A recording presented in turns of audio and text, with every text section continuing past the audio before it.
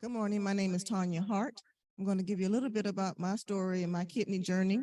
First of all, I was born with only one functioning kidney because I was born premature at 7 months and 9 months. And so I really didn't know that I had only one kidney until I was in the fourth grade. I was having some urinary problems, things like that. And I was taken to the urologist first. And after he did some tests and scans, that's how they found out that I only had one functioning kidney.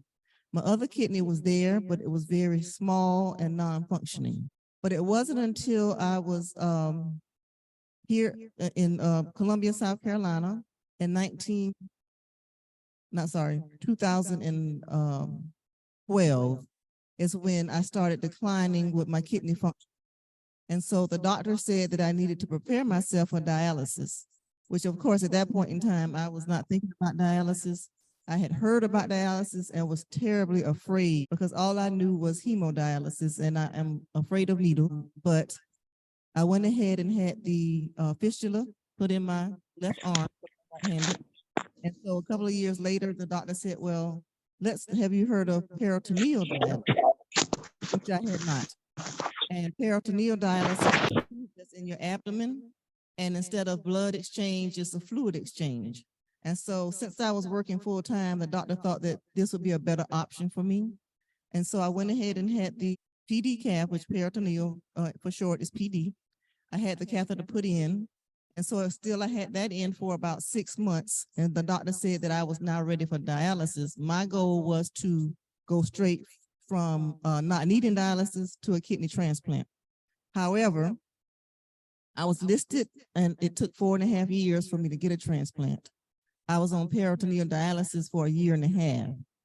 I was listed at 3 different transplant centers. At this time, I was living in Columbia, South Carolina. So I was listed at Medical University of South Carolina, which is in Charleston, at Duke University, that was in North Carolina, and the Georgia Hospital in Augusta. And so I was listed at 3 different places to increase my chances of getting a transplant.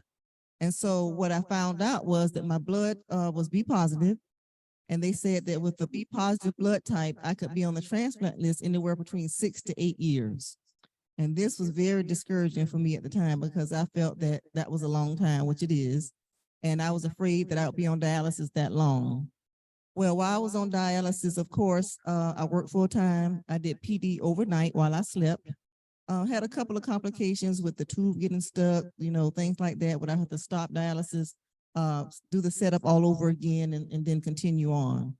But as I got comfortable with it, I was able to travel while I was on PD. It's just a lot of equipment and supplies that I had to take with me. I mean, it's a big machine. Not sure if anything has changed with the machine, but it was a big machine.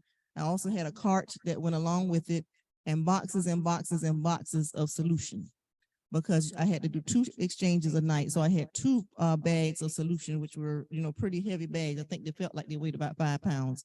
And so I had to take all of that with me, including all supplies that were involved with the exchange, which was a lot.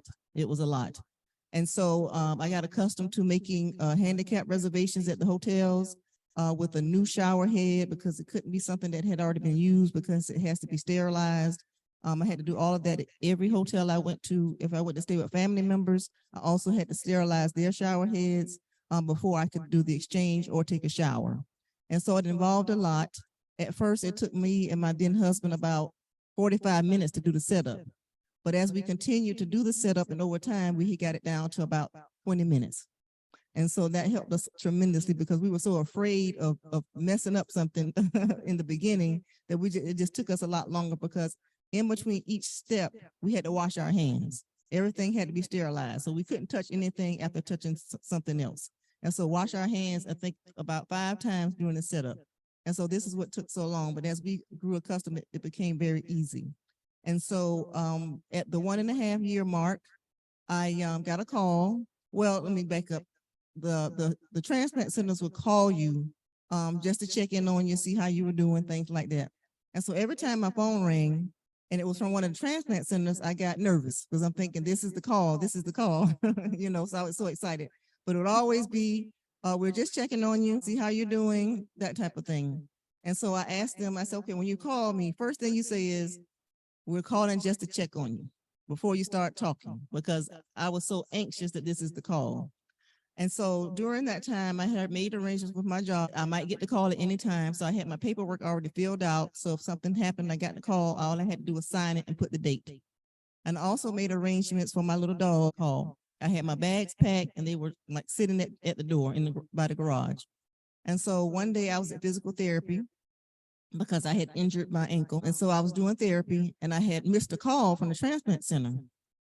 And I'm thinking, okay, they just called and see how I'm doing. I called them back and didn't get an answer. And so then I called them, they called me again when I was midway through therapy, and they called and said, this is the call. So of course, I lost it. I started crying. I was excited. I was just nervous. And so I drove back to my job, which was across the street. And I told them, this is the call. I signed my paperwork, put the date on it, and I called my husband. We worked at the same place and he was still working. And I said, you got to get home. This is the call. And so along the way home, I'm calling the adult daycare center. I called my dog person. I called my aunt's person. I called everybody to say, this is it. And this is what's happening. So I got home and I'm waiting for my husband. So he gets there. He didn't have his backpack. And of course, this is like, what? You know, you're supposed to have your bag ready. We got to go. And so in between time, the transplant center is calling me, how fast can you get here? And the drive was an hour and a half. And so during that time, like I said, I'm calling my family. I'm calling everybody saying I got the call. This is on 95. I'm calling everybody driving home. And so by the time I got home, everything was set on my part. He got there and we got in the car. And so they're still calling me like, how far are you out? How far are you out? And so by the third time they called, they said, we're going to go ahead and do one kidney for someone else. Take your time. We're going to do you in the morning. So that's what happened. We got there. They got me prepped and everything. I don't remember anything after that until feeling like I woke up 2 days later. So, of course, they said I was in and out of awake, but I don't remember any of that. What they did tell me was that when I had my transplant, something, the kidney wasn't working like they thought it was. They had to take it out and whatever they did to it and put it back in. And so that was one of the reasons why they had to monitor me more closely, because they didn't want to have a rejection. And so I had a few complications, but the kidney worked well. My journey has been, last month was my 9-year transplant anniversary. And I always do a celebration because this is my gift of life. And so I always have a lunch or a little party or something like that to celebrate and to honor that person who family members gave me that gift of life, because who knows how much longer I could have waited. I did receive a kidney from a deceased donor. And so I have been doing well with that. Some complications, but nothing that has been really a sign of rejection.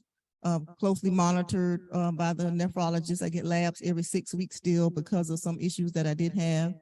But, you know, everything has been working very well for me. The journey of the 4.5 years of waiting seemed like it was 30 years for me. And I know for other transplant people, no matter how long you wait, it seems like it's a long time.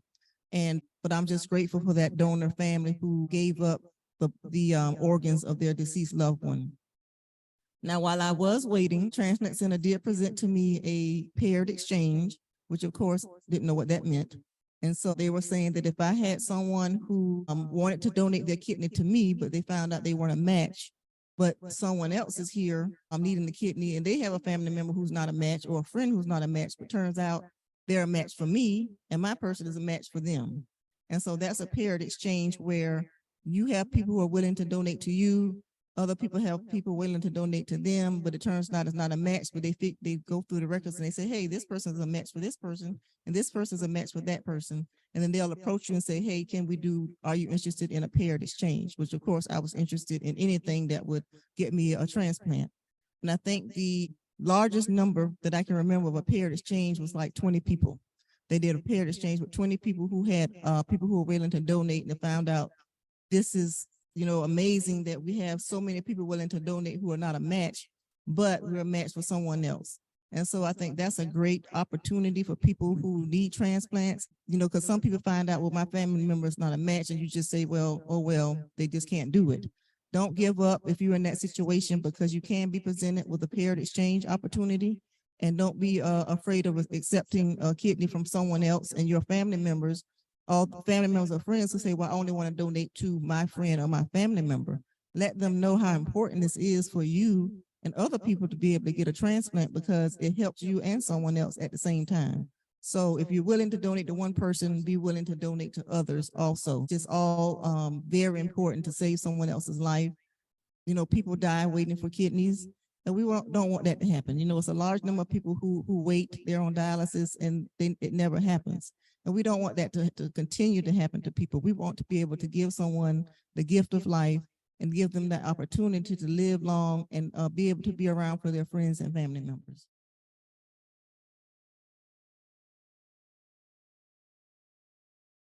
Okay. We're here now if anyone has any questions. Okay, she asked, could I elaborate on blood type? Okay, so everyone has their own specific blood type, A, B, O, and then the pluses in between.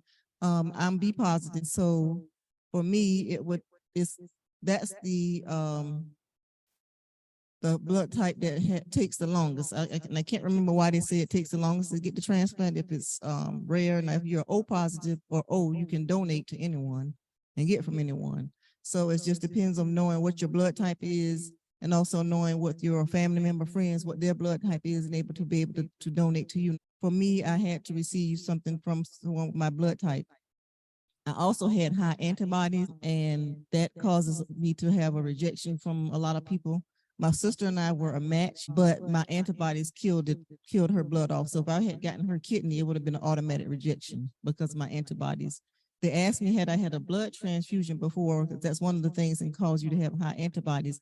And I asked my mom, had I had one at any time? And she said I hadn't received any blood transfusion, so they don't know why my antibodies were so high. So that was another reason why it took me longer on the list to get a transplant, because of that. Any other questions? Nope. Thank you all.